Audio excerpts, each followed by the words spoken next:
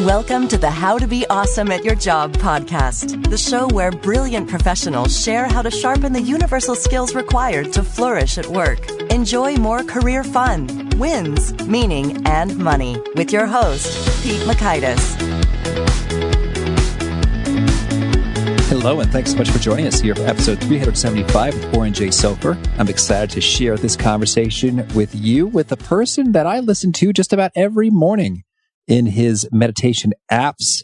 Oren is a choice instructor because he's real good. And so this time we're talking about mindful and nonviolent communications, the difference that makes, how it's done. So you'll learn 1, key steps for getting what you want without causing defensiveness in others. 2, key points of subtext to listen for when someone speaks. And 3, how to gain emotional agility. So if you'd like to take a look at the show notes or the transcript or the links to items we've referenced, you'll find that on over at awesomeatyourjob.com/F375. And while you're at awesomeatyourjob.com, I encourage you to check out some of our cool stuff. One cool thing is the Gold Nugget email list, which gives you access to summarized wisdom from Oren and the 374 guests who've come before him, the guests to come after him, and a quick email you can read in 2 to 5-ish minutes, as well as an unlocking the access to the archive of all of these gold nuggets of summarized wisdom you can reference anytime, anywhere. From an internet-connected device. That's called the Gold Nuggets over at awesomeatyourjob.com. Check it out. And here is Oren's story. Oren J. Sofer leads retreats and workshops on mindful communication throughout the United States. He's a member of the Spirit Rock Teachers Council, and he holds a degree in comparative religion from Columbia University and is a somatic experiencing practitioner and a certified trainer of nonviolent communication. Oren also creates mindfulness training programs for apps such as 10% Happier and Simple Habit, etc., and organizations. He lives in Richmond, California. Big thanks to Oren for sharing his wisdom with us, and big thanks to our sponsors. Check them out. And big thanks to our sponsor, Acorns. Acorns makes it easy to start automatically saving and investing for your future. You don't need a lot of money or expertise to invest with Acorns. In fact, you can get started with just your spare change. Acorns recommends an expert-built portfolio that fits you and your money goals, then automatically invests your money for you. NerdWallet.com, whom I love on these sorts of matters, gives Acorns a whopping 4.7 stars and says, quote, if you want to make the most of your spare change, there's no better place to do that than Acorns. Head to acorns.com/awesome or download the Acorns app to start saving and investing for your future today. And we got a legal disclaimer here. It may not be representative of all clients. Tier 1 compensation provided. Compensation provides an incentive to positively promote Acorns. View important disclosures at acorns.com/awesome. Investing involves risk, including the loss of principal. Please consider your objectives, risk tolerance, and Acorns' fees before investing. Acorns Advisors LLC, Acorns, is an SEC-registered investment advisor. Brokerage services are provided to clients of Acorns by Acorns Securities LLC, member FINRA/SIPC. For more information, visit acorns.com. One sponsor to check out is Harvard Business Review. This brilliant magazine, published at hbr.org, is the leading destination for smart management thinking. Fun fact, HBR has been mentioned in 108 episodes of the show. That's because HBR has great stuff that comes up often. They've got explainer videos, podcasts, real-world case studies, and much more. I think of HBR each night that I put on my special orange glasses. Their article, Will Blue Light Glasses Improve Your Sleep?, revealed that those who wore them reported better sleep and a 7% improvement in work performance as compared to those who wore the sham glasses. So I cite HBR anytime anyone tells me that I look silly wearing them. Now, much of HBR's content is available for free when you sign up at their site. Subscriptions that get you unlimited content cost $10 a month. If you visit hbr.org/subscriptions and enter the promo code AWESOME, you can save 10% off of that subscription. Again, to save 10% off of your HBR subscription, go to www.hbr.org/subscriptions and enter the promo code AWESOME. Here is Oren. Oren, thanks so much for joining us here on the How to Be Awesome at Your Job podcast. Great to be back, Pete. Thanks for having me. Well, I'm excited to dig into it. And we heard a little bit more about your backstory and fun facts in a previous episode, which wasn't too long ago. So I want to dig right away into the goods of, you got a book, Say What You Mean, coming out. What's it all about? Yeah, so the subtitle of the book is How to Find Your Voice, Speak Your Truth, and Listen Deeply. So it's about understanding ourselves more clearly so that we can have more meaningful relationships and more effective conversations. That sounds helpful. And so you're using the term in the mix, nonviolent communication. What does that phrase mean precisely? Yeah, that's right. So the full title, Say What You Mean, a Mindful Approach to Nonviolent Communication. So what's unique about this book and about what I do is that I bring together a few different worlds. So we've talked already about the power of mindfulness and the benefits of bringing more awareness and balance and groundedness into our life, into our work, and the kind of clarity and sustainability that comes from that. And what's neat is that mindfulness isn't just an internal practice, but it actually has all kinds of benefits for our relationships and conversations. Nonviolent communication is a process of not only communicating, but also being aware of our own thoughts and emotions, desires and impulses in a way that lets us work with others more smoothly. So the process of NVC, which is the shorthand for nonviolent communication, is about using words in a way to create enough connection and understanding in our relationships to collaborate, to meet whatever needs are happening more easily. Maybe could you give me an example of nonviolent communication versus violent communication? Because when I think about violent communication, that would, I'm thinking, I'll kill you. But I'm imagining there's a whole range of subtle ways that we're kind of aggressive in our communications. Yeah. Thanks, Pete. Maybe just a word or two of history to contextualize this, and then I'll give an example or two. So nonviolent communication was founded by a man named Marshall B. Rosenberg, and he grew up in Detroit in the 40s, and he lived through the race riots there, and there were about 40 people killed within a couple blocks of his house as a kid, and this had a deep impact on him. It was a very powerful education into our world, recognizing that people might want to kill you for the color of your skin. And then when he went to school, he found out that people might want to do violence to you because of your last name. He was Jewish and experienced a lot of anti-Semitism. So this had a very strong effect on him. But he also was exposed to people in his family, like his uncle, who would care for their grandmother, who was paralyzed, with so much joy and devotion and happiness. And so he had this question that was burning in him from a young age of what makes the difference between some people who are able to take a lot of joy in contributing to the well-being of others, whereas other folks, when they're challenged, will resort to violence to meet their needs. And what he found through his research and his work and his studies was that how we think and how we speak plays a big role in whether or not we see violence as a viable strategy when things aren't working. And as you recognize, violence isn't just physical violence, right? So one definition of violence is any avoidable impairment of fundamental human needs, right? So when we think about that, yeah. So there's a lot of violence in our world today. When you think about the level of human needs that aren't being met. So how does this apply in our lives? Well, so if you and I are having a conflict, we're having some kind of difference, and I say, Pete, you're being really, unprofessional and irresponsible, right? So in some way, there's a little bit of violence or aggression in my communication because I'm expressing what's going on for me by blaming you. In other words, one of the ways we've been conditioned to think about things, and this is so relevant for the workplace, is that when we don't like what's happening, when our needs aren't being met or some objective or goal that we have isn't happening the way we would like it to, instead of being able to own that, to be conscious of it and say, this is what I'm valuing, this is the objective I have and what I'd like to see happening, and here's how what's going on isn't really matching with that. I'd like to talk about this. We make it about the other person being wrong or bad or somehow irresponsible or unprofessional or uncourteous.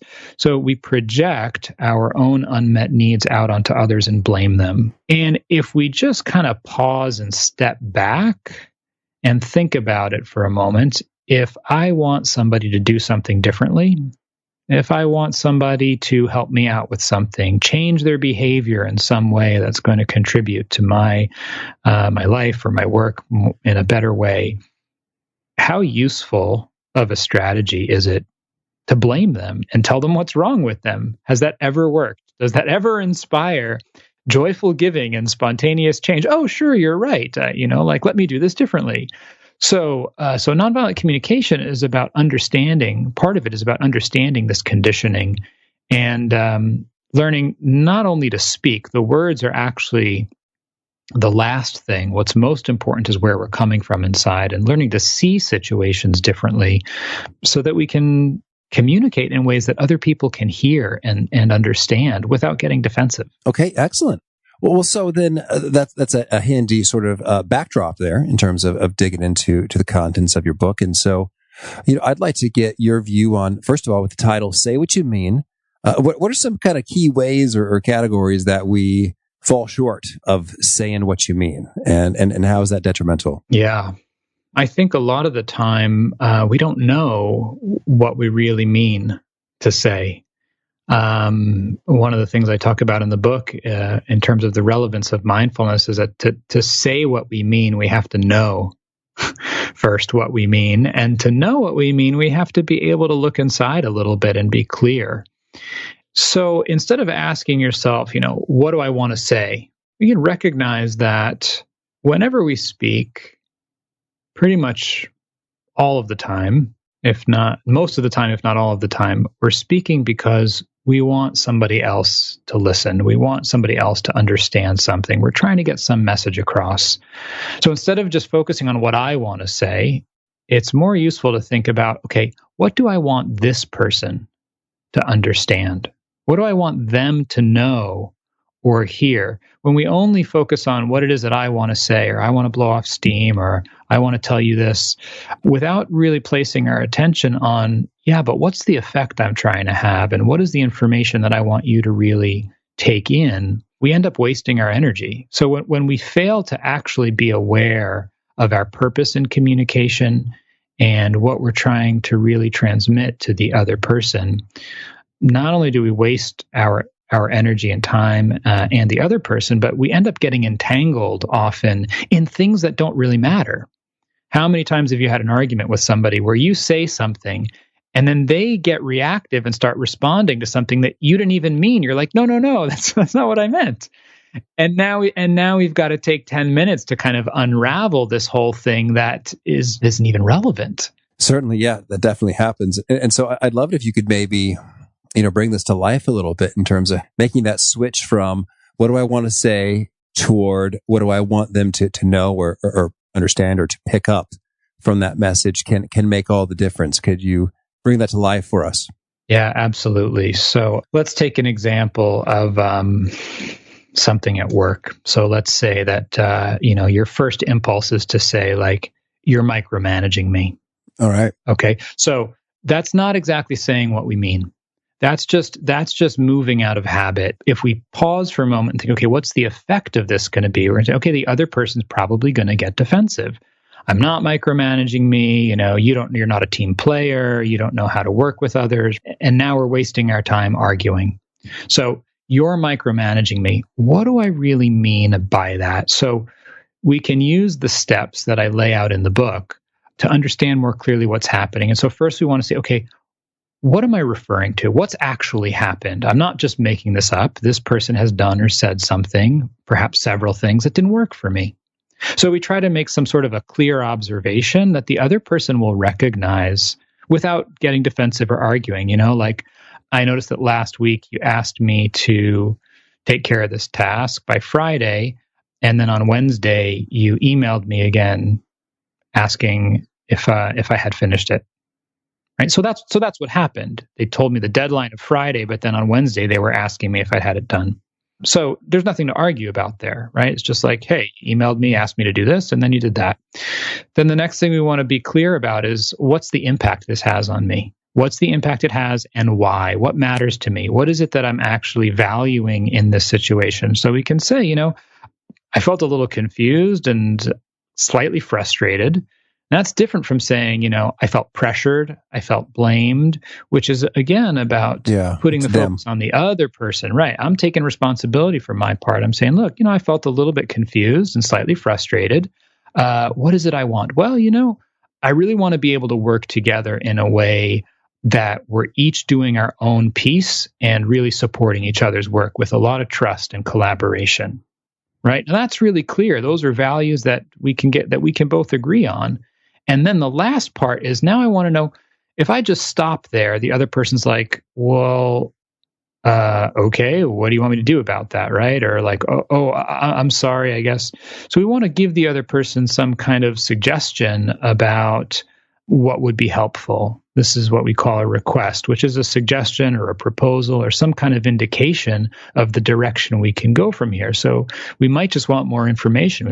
Might just want to ask, could you tell me a little bit more about what your flow was? What was your process here? Because in my mind, I was just expecting that I would email you the report on Friday. I want to understand more where you're coming from. And then when we find out, then we might start to move to making some agreements about, great, well, next time I wonder, if you ask me for something on Friday, but you actually need it sooner, could you tell me that so that I can kind of plan accordingly and we can work it out. So the request phase, it seemed like you were kind of collecting more information, and then sort of the agreement phase comes after the request phase?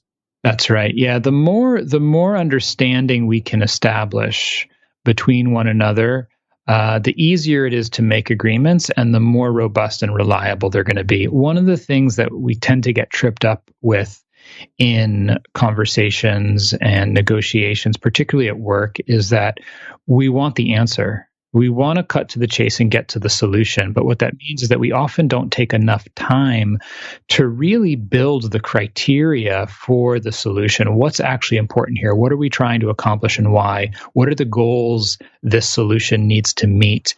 And what are all of the concerns and considerations on the table? Let's really suss that out and make sure that we all understand the full landscape as much as possible, whether it's kind of a team decision, a project decision, or an interpersonal situation. If we've established a really solid base of mutual understanding, it's a lot easier to come up with an agreement because we both can see things from one another's point of view. And then there's more buy-in for any agreement or solution we come up with. Okay, that's really cool. So the first step is to sort of state that clear observation. The second is what impact that observation has on me. Mm-hmm. The third is declaring, what you want for us in the collaboration. The fourth is kind of getting a request or suggestion for some more information, understanding, and then leading to ultimately an agreement in terms of how we're going to operate a bit differently going forward. So that sounds like it makes great sense in terms of being low probability of triggering, hostility and defensiveness. That's right. Yeah. Well, do you have any other thoughts when it comes to communicating to minimize the risk of the other person feeling like you're attacking them or that you're offensive in some way? It's a great question, Pete. And I think that one of the things I emphasize over and over and over again when I teach is that communication is not about what we say. So much of our communication, so much of our relationships is in our body language, our tone of voice. It's about where we're coming from inside. And there's a whole section on my book devoted to this, to the intention behind where we're coming from. Because, we can say things in really nice, pretty ways. We can use fancy words and whatever kind of communication technique you want to lay on top of it, right? But if inside we're actually saying in our mind, you're such a jerk and you got to get your act together and I can't stand working with you. If that's what we're actually feeling and thinking and believing, they're going to know that. They're going to pick up on it. The work in terms of taking that bite out and reducing the risk of getting embroiled in that kind of situation, or just adding more tension to a workplace conflict that's already uncomfortable, is actually doing the work internally of transforming our own way of viewing the situation. And this is why mindfulness is so essential for communication, because you can't do that. You can't really take apart your own emotions and perceptions and blame without some kind of tool to to get in there and really say, okay, what's going on here? Why am I getting so upset over this? Where is this getting me? and start to actually understand more like, oh, okay, I see. I was wanting to be consulted in this decision, and it feels like I'm not being valued enough, or I want clearer definitions of roles at work, and it feels like this other person keeps doing my job. Oh, that's what I need. And then it's much easier to talk about. It's not like, you're out to get me. It's like, listen, I really want to make sure that we're not stepping on each other's feet here. Can we sit down and talk a little bit about what both of our roles are so that we're both working towards the same end and not getting into these situations where, we find ourselves locking heads. Excellent. And so that's good. And then when it comes to the intention, and you talk about the work and the internal nature of it, I guess what that consists of is just really kind of thinking through clearly, what do I want? And I guess sometimes that could take a few loops or iterations to get yourself past, I want to stop being such a jerk. Exactly. Well, there's a great tool we can use here. So a couple things. So first, the single most powerful and transformative ingredient in dialogue is the intention to understand. So when in doubt, just try to understand, because that's what communication is about. Even when we're trying to just get something done, we rely upon mutual understanding. We need to be able to hear one another. So when in doubt, we can always come back to just the baseline intention of wanting to understand. Let me see if I can understand you. And just that phrase, let me see if I'm understanding you. That in and of itself can start to change the tone of a whole relationship, because the other person starts to feel our interest, like, oh, wow, you're actually making an effort. You're not just interested in getting your way. And then they can stop trying to defend themselves and get about working together. So I said there were two things, and let's see if I remember what the second one was. Intention. Okay, so the second one, so there's a tool we can use to help us transform those knee-jerk reactions and intentions to just blast the person or just stop being a jerk or get off my back. This comes from Marshall Rosenberg, who was, as I said, the founder of nonviolent communication. So he suggested that when we want somebody to do something, that we ask ourselves two questions. The first question, most of us ask, which is, what would I like this person to do? Now, if we stop there, if that's the only question we ask, then we might go about all kinds of strategies to get them to do it. We might coerce them, we might threaten them, we might be passive aggressive, we might manipulate them. Now, some of those strategies can produce results, but they come at a cost. Right? When I use my power to force someone to do something, I lose some of their trust and goodwill. Right. And this is huge, particularly for managers. Every time we get somebody to do something because we have more power than they do, we lose their goodwill. We lose that energy, that creative willingness to really engage in work. That's so true. I've been at that receiving end. It's like, all right, well, I'm just going to give you what you asked for and keep all my brilliant creativity to myself, since you don't seem to care for it. Exactly. Yeah, we take away one of the things that's the most meaningful, which is our opportunity to contribute and give. So we don't just stop by asking, what do I want this person to do? We need to ask the second question, which is, what do I want their reasons to be for doing it? Why? Why would I like this person to do this?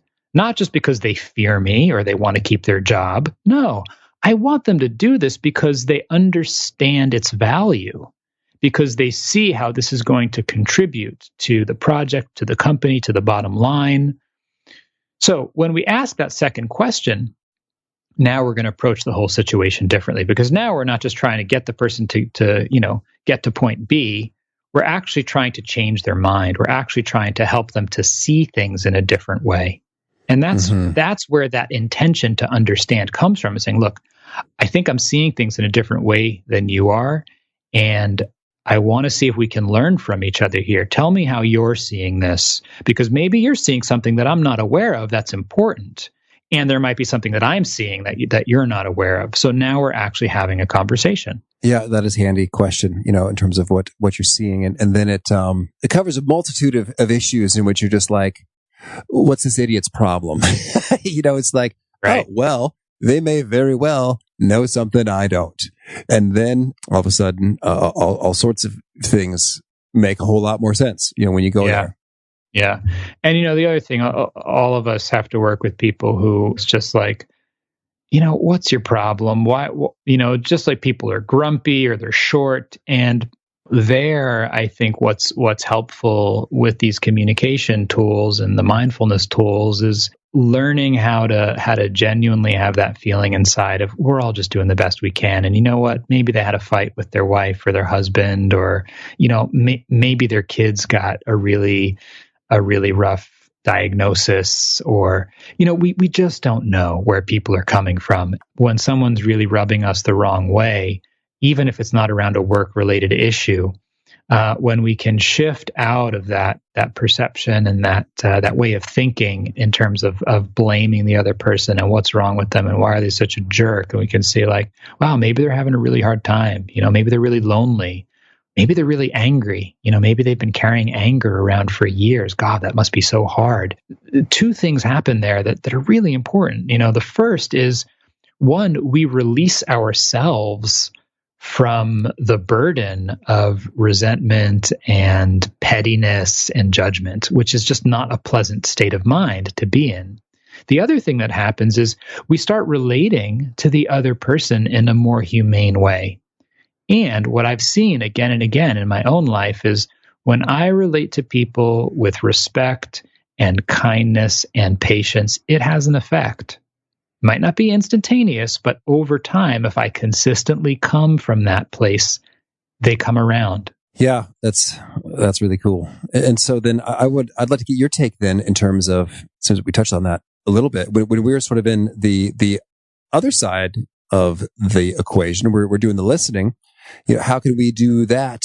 And even if someone is kind of short or accusatory, how can we do a good job of listening without, feeling that feeling of being attacked, offended, getting defensive, bubbling up in ourselves? Yeah, it's that's the other side of it.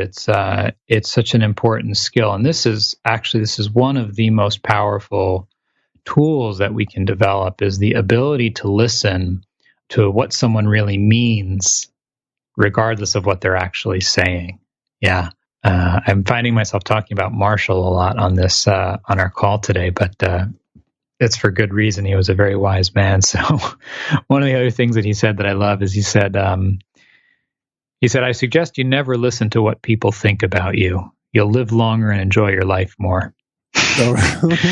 So what he means by that is don't listen to the blame and the judgments and the criticism that are coming out of people's minds. Try to hear what's in their heart. So we can actually train our attention to listen beneath the words to two things. One, how someone's feeling. And in the workplace, that's generally going to be more of a silent awareness. We're just like, oh, wow, this person seems, whether they're pissed or frustrated or hurt or upset or confused or irritated or annoyed or stressed, we can kind of pick up on, okay, what's going on for this person on the emotional level. And then that creates a little bit of a sense of empathy. We can feel where they're at as a human being. Okay.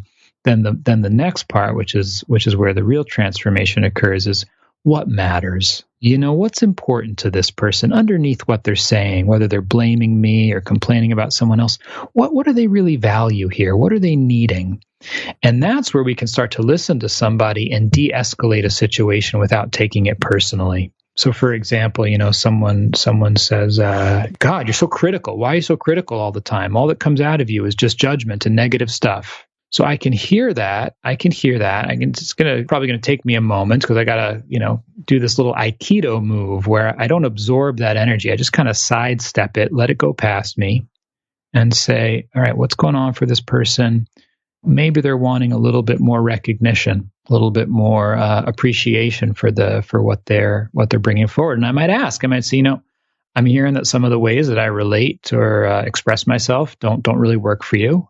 I thank you. I'm glad you're telling me that. It's not my intention.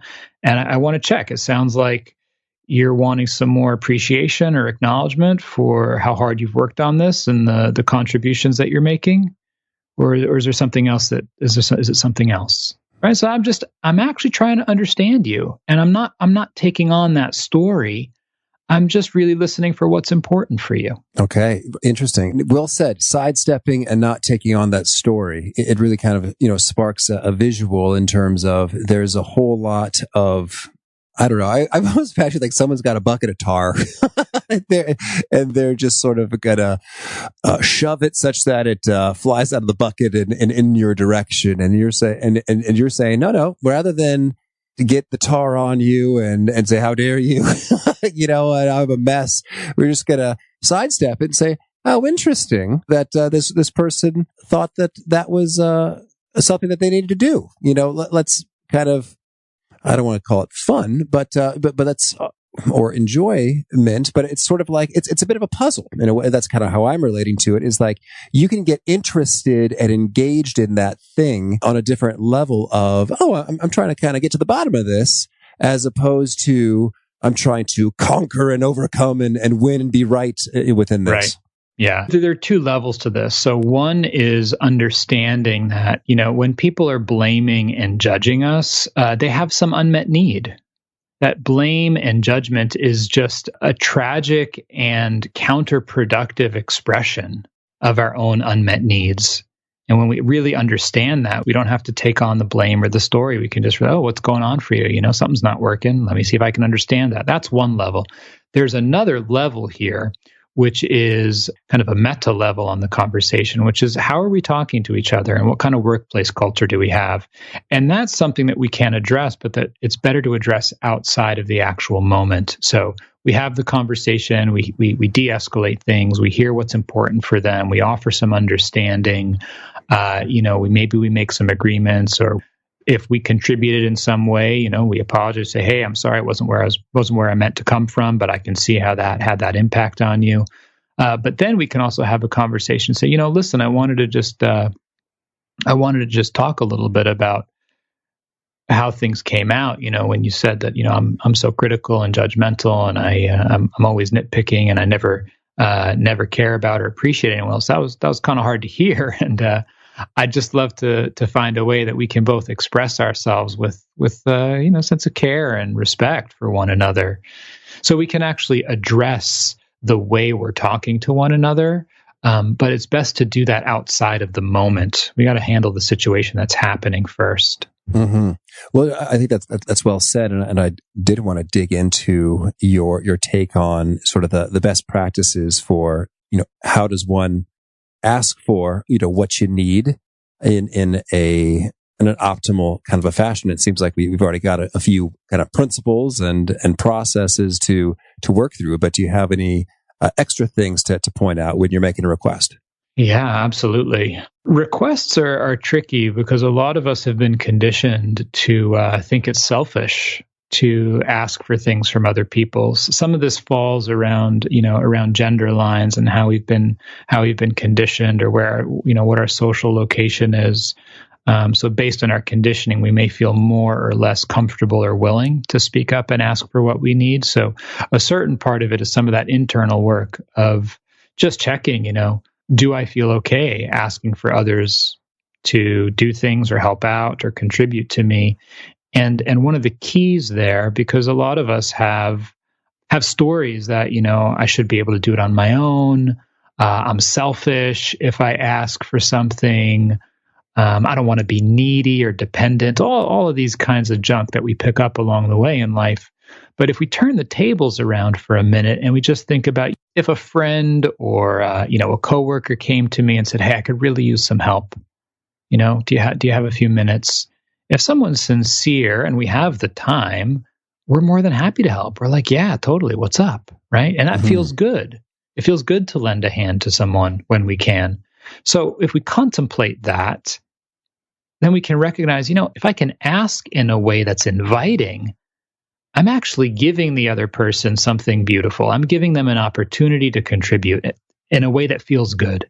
And so that's kind of the key behind making requests. It's one, finding that place inside where we're not demanding that somebody do something, which takes all the joy out of giving and helping, but we're inviting them. It's an open door. And one of the things that makes that the most possible is letting them know how it's going to contribute to us. So we need to let someone know why we're asking. How will this actually help me? What's the reason behind my asking? And then that gives the person a reason to want to help. The other part is really making sure that we're clear that there's no obligation or demand here. This is a suggestion. I'm just saying, how about this? And if this doesn't work for you, I'd love to see if we can find another way that this could happen. So then again, it becomes a dialogue. It becomes a collaboration. That's excellent. You've got another term I want to just hear a touch about because it sounds like something I want. What is emotional agility, and how can we get some more of that? Grasshopper. Yes, emotional agility is essential in life. Emotional agility is that ability to be aware of what we're feeling and have the strength and the capacity to manage it without it dictating our actions or our words. And this takes practice, but it's completely feasible. And there are a few steps to it. The first step is learning to be aware of our emotions, just using mindfulness to identify how we're feeling, and finding a way to experience our emotions with some degree of balance. So we don't get swept away in the tide of thinking and reacting and sinking in emotion or lashing out, or the other extreme, which is suppressing and avoiding our emotions. So we find that middle ground where we can just feel the way we feel and stay balanced with it. So that's a lot of the work of mindfulness. Then the next kind of phase is starting to actually understand our emotions and the function that they play in our life and our relationships. So emotions are there for a reason. If we feel something, it's because there's something that matters to us.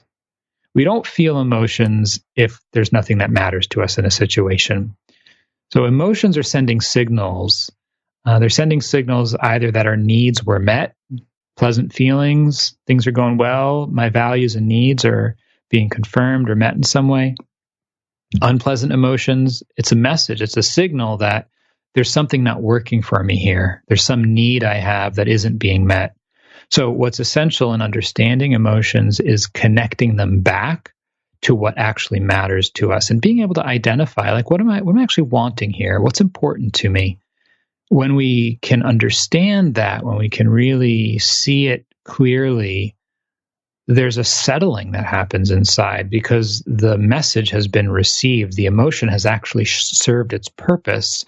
And now we can go about figuring out how to meet that need. What action is necessary here? So then the last aspect of emotional agility, so we've got being aware of our emotions and staying balanced. Then we've got understanding our emotions. What message is this sending? What's actually important to me here? Now, the last part is learning how to communicate them constructively, how to hear others' emotions and how to express our own emotions in a way that's helpful. And this is really where that training in nonviolent communication comes in, where we're able to be aware of how we feel on the inside instead of those stories of blame. I feel ignored, I feel attacked, I feel judged, which are all pointing the finger at you. Instead, being able to talk about, I felt a little bit sad when I heard that I wasn't invited. To be able to own how we actually feel instead of, I feel dismissed, which is, again, telling you what you're doing to me. So being able to state our emotions that in a way that's about us and then connect them to our needs, to why. I really wanted to be included, or I really value being a part of the team, or, I really enjoy your company and wanna be able to build our relationship. So linking our emotions and feelings back to our needs. So that's the kind of overview, the snapshot of developing emotional agility. And I go into that a lot more in Say What You Mean in the book. One of the things when I heard the term emotional agility that I got to thinking about is how often I am in one emotional state. Let's just call it irritated. There was a distracting noise that a laundry machine, keeps making a bunch of noise and vibration that is drawing my attention away, and I don't like it. But then the emotion that would be most kind of constructive, it might maybe in a conversation could be, maybe a curiosity or interest or compassion. And so do you have any thoughts for how can we, I don't know, we're not robots that can sort of flip a switch and execute new emotion instantly, but do you have some pro tips for, when we kind of need to access a different side of ourselves to rise to an occasion? How do we do that quickly? Yeah, how do we do it quickly? I think it takes practice. It's not something that happens overnight. So if we want to be able to come from that place of curiosity or more genuine care or compassion, we need to actually practice it. We need to cultivate those kinds of emotions and intentions in ourselves. And then when we do, when we've actually trained our heart or our mind to know how to find goodwill, how to find curiosity, then in the heat of the moment, it's there for us. And then we can come back to it. Okay, certainly.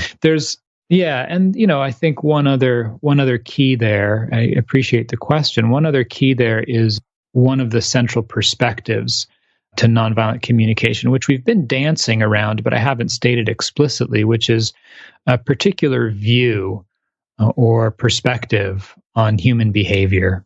Which is at the heart of humanistic psychology, going all the way back to Abraham Maslow and Mindell and Carl Rogers, which is that all human behavior can be seen as an attempt to meet some kind of basic needs. Mm-hmm. And so when we view things in that way, we can always ask ourselves the question, what does this person need? What matters to this person? And that's a way to get curious, even if we're reactive, to remember that sense that, okay, human beings do stuff because there's something that matters to them. What matters to this person? Oh, excellent. Thank you. Any final things you care to share before we shift gears and hear about some of your favorite things? No, it's been great talking. I'm really happy to share all these tools with you and your audience. I just hope they're helpful for folks in their life and at their work. Oh, yes. Thank you. Well, now can you share with us a favorite quote, something you find inspiring? Yeah, absolutely. I've given a few already on the show, but I'll share one more. And this really points to a central communication tool.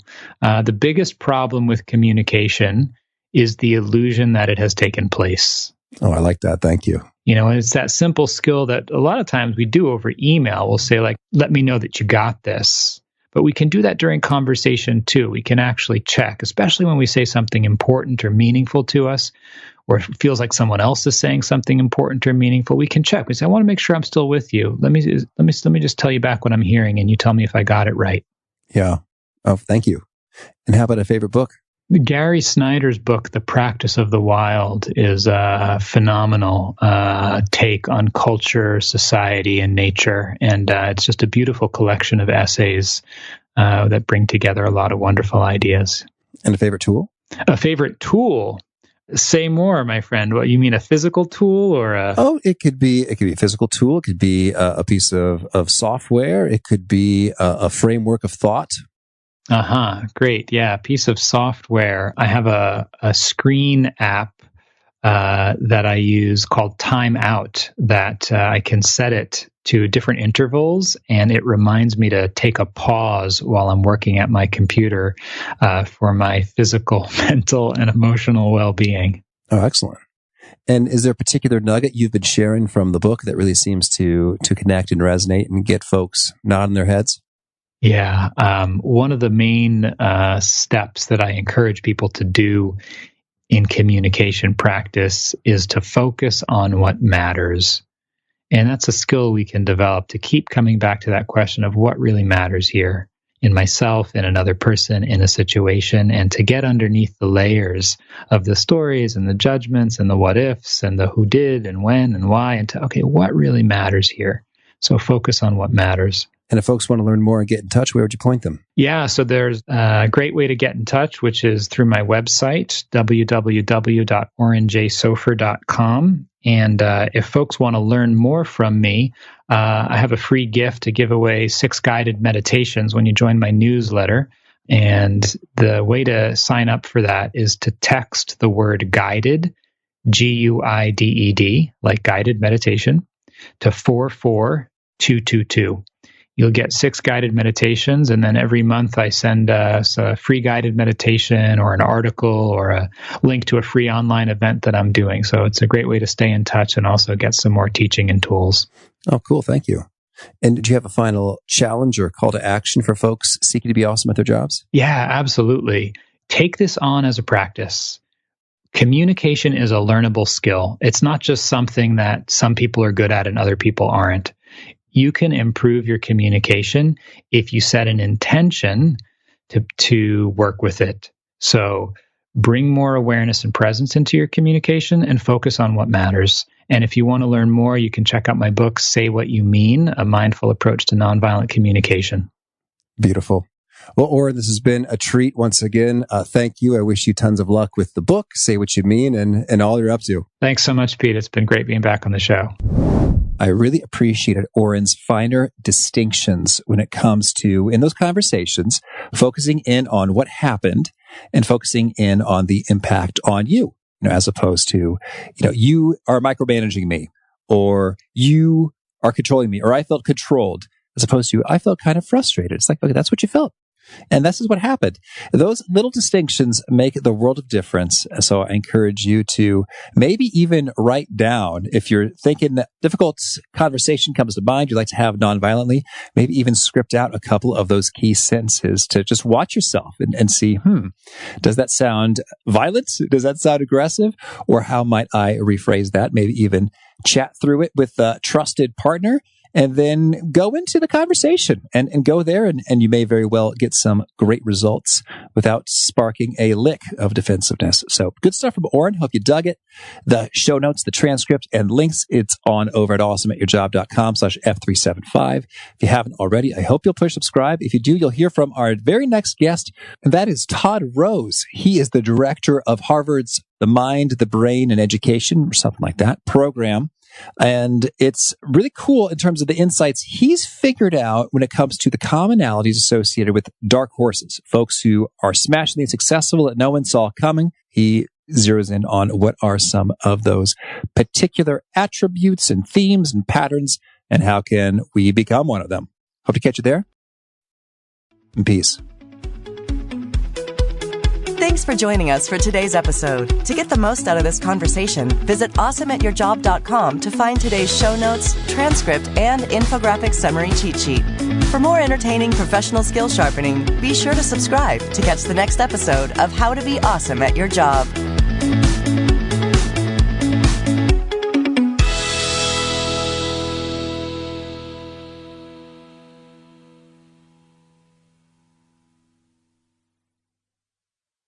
One, 2, 3, 4.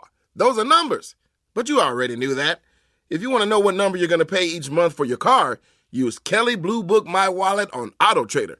They're really good at numbers. Auto Trader.